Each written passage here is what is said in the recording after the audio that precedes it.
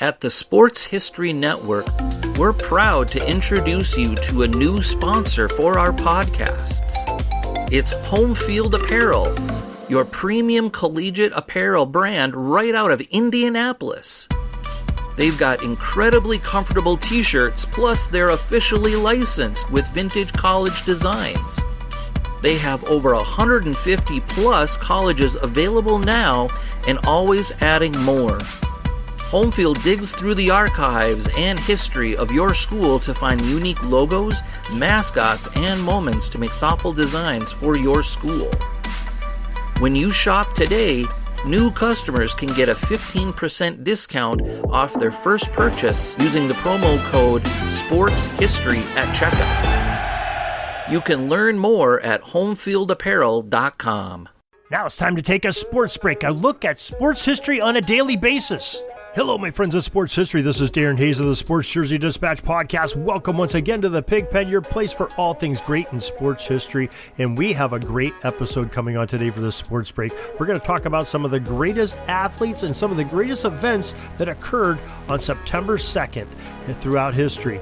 But before we do, just want to make sure you realize that we have a daily emailed newsletter. Now, it has everything that's coming from the Pigpen. Yeah, right here, the Sports Jersey Dispatch podcast, what's coming up on jerseydispatch.com and on Pigskin Dispatch and the Pigskin Dispatch podcast. As well, we have Orville Mulligan, our audio drama from the 1920s, a sports writer dealing with some of the great events of that time period, as well as what's happening on Sports History Network. Our friends there that have some posts coming up, we post those too in our newsletter. Every day, 6:30 a.m. Eastern.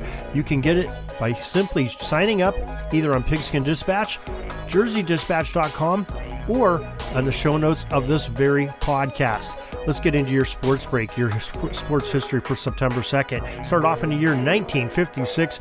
British Ferrari driver Peter Collins unselfishly hops out and hands over his number one car to the retired teammate Juan Manuel Fangio.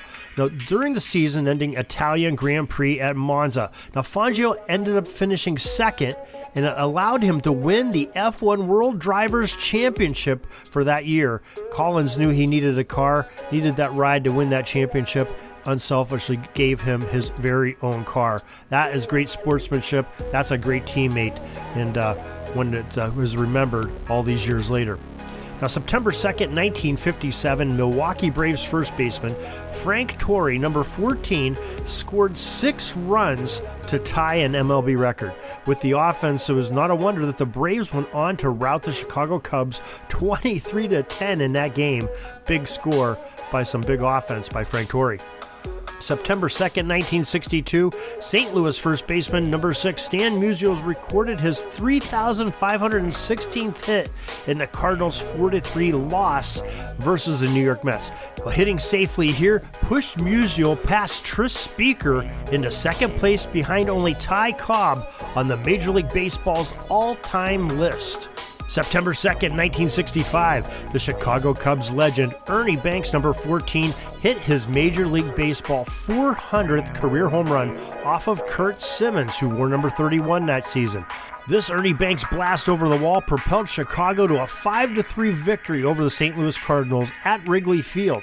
And as a side note, you may remember Curt Simmons, the pitcher that threw to Ernie Banks, his name from a previous post, as he also gave up Willie Mays' 400th home run in 1963, just 2 years earlier. Very interesting indeed. 2 great ball players hit their 400th off of the same pitcher. Now, speaking of things that are very interesting, I want you to be aware of one of our new sponsors here, Sports History Network, and of the Sports Jersey Dispatch podcast. It has a very great flavor, and it's a really cool place. It's called Homefield. It's a premium collegiate apparel brand out of Indianapolis, Indiana. Now, I got a shirt from them to help with doing this podcast, and of course, I got to pick my favorite team. I got Notre Dame, and got a package in the mail a few days after ordering. And oh my goodness, it was an experience to open up this package. I got in there, and first of all, it's neatly wrapped in some cool wrapping paper. It's almost like a newspaper. It's got some pretty cool vintage stuff on there. There's a lot of wording on there, and it's very flavorful. And then, I open it up, and before I even see the shirt, I've got thank you cards and some really great things there, some great messages that really made me feel like I was getting like a present from my grandmother or something. It gave you a great home field feel, and that's why they're Home Field Apparel. They give you these great things. Well, anyway, the shirt itself, the T-shirt. It's their own brand of T-shirt, and they've got these logos from the past. Now, mine ended up being the logo from 1963, I believe it was, the old Fighting Irish, the little leprechaun on there with his fists up, ready to pump and take on anybody, and it says Notre Dame Fighting Irish on it, and it is done so well. Now, folks, I can tell you, my family was on silk screening for a long time, and the silk screening quality on this shirt is pretty awesome. It's very well done. You could tell very professionally done. Mine's a 4-color, and they're spot on. Everything lines up. It looks beautiful. And this silk screening is made to last. It's not going to crack and wear out as you wear the shirt. These are made to wear, to be shown out in public and support your team. And it's a great thing. Right now they have 150 different colleges, mostly D1 colleges, but just some great things, vintage, and you'll look your best with Home Field Apparel. Let me tell you where to look to find your favorite shirt to order for yourself. Homefieldapparel.com is where you go, and once you find what you want, you can get a 15% discount by entering Sports History as the code when you're checking out. So get that 15% with Sports History at homefieldapparel.com. Try them out today.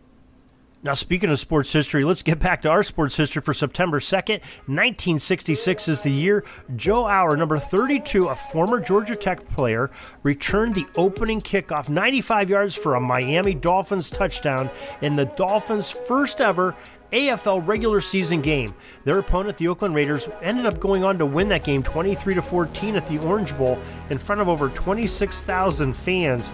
But this is in the first few seconds of Dolphins history, running back the opening kickoff. Pretty amazing by Joe Auer, number 32.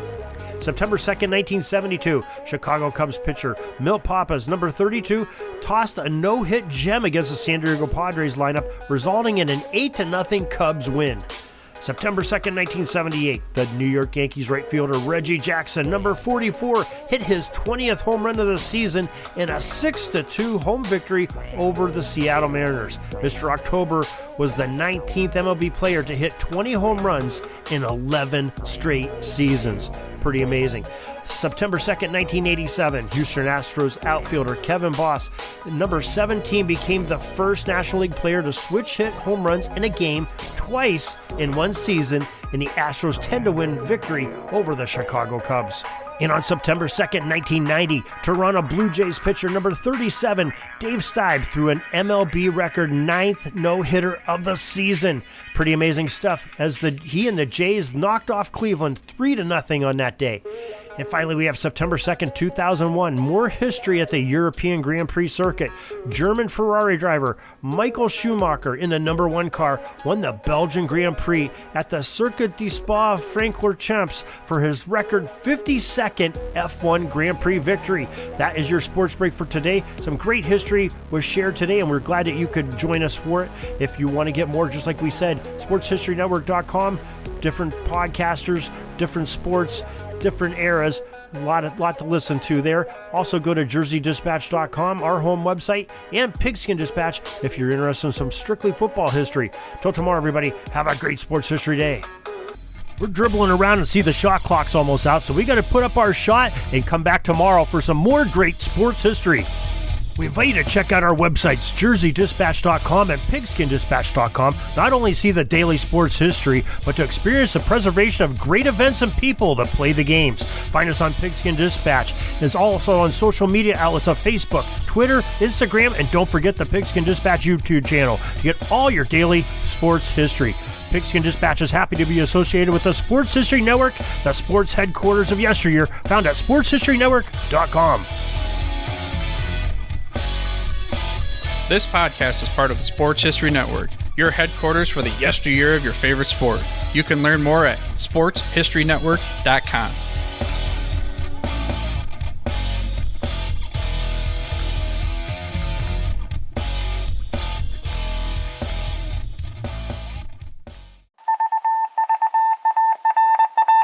It was just another ordinary day in the offices of the Pittsburgh Guardian newspaper circa 1924. But for Marla Delft, assistant editor, everything was about to change. For she was about to discover the awesome attractiveness of Row 1 brand retro sports paraphernalia items thanks to Orville Mulligan, sports writer. And there it is. Wow, Orville, that's really the bee's knees. Isn't it just? A poster-sized replica of the actual 1909 World Series program cover. I can see that. But where did you get it? And where'd you get it framed? I ordered it from the Row 1 website, where over 6,000 items of sports memorabilia from the 1880s to the 1990s are available for reproduction, in multiple sizes and in several different materials, with over a dozen styles of frame to choose from for prints like this. Well, I'm sure Mr. Delft would love to put up more of these in the office. But I'm equally as sure they're beyond this newspaper's budget. Not at all, my dear Marla. See for yourself. Go to sportshistorynetwork.com/row1. sportshistorynetwork.com/row1. Oh my, these are good prices. Oh, and look at this stuff. Oklahoma-Nebraska football, college basketball art, Michael Jordan items. And so retro it was that sports Marla Delft advertisement discovered the flowers. splendiferous magic of Row 1 sports memorabilia, arts, and prints. You can too by visiting sportshistorynetwork.com/row1. That's ROW1 today for access to the full Row 1 catalog of gallery prints and gifts like t-shirts, long sleeve shirts, telephone cases, coffee mugs, blankets, pillows, towels, and even shower curtains. Act today for 15% discount off all prints with coupon code SHN15 and 20% off all other items with coupon code SHN20 at checkout. And keep your dial locked to the Sports History Network for the exciting chronicles of the 1920 sports world in Orville Mulligan, sports writer. Coming soon.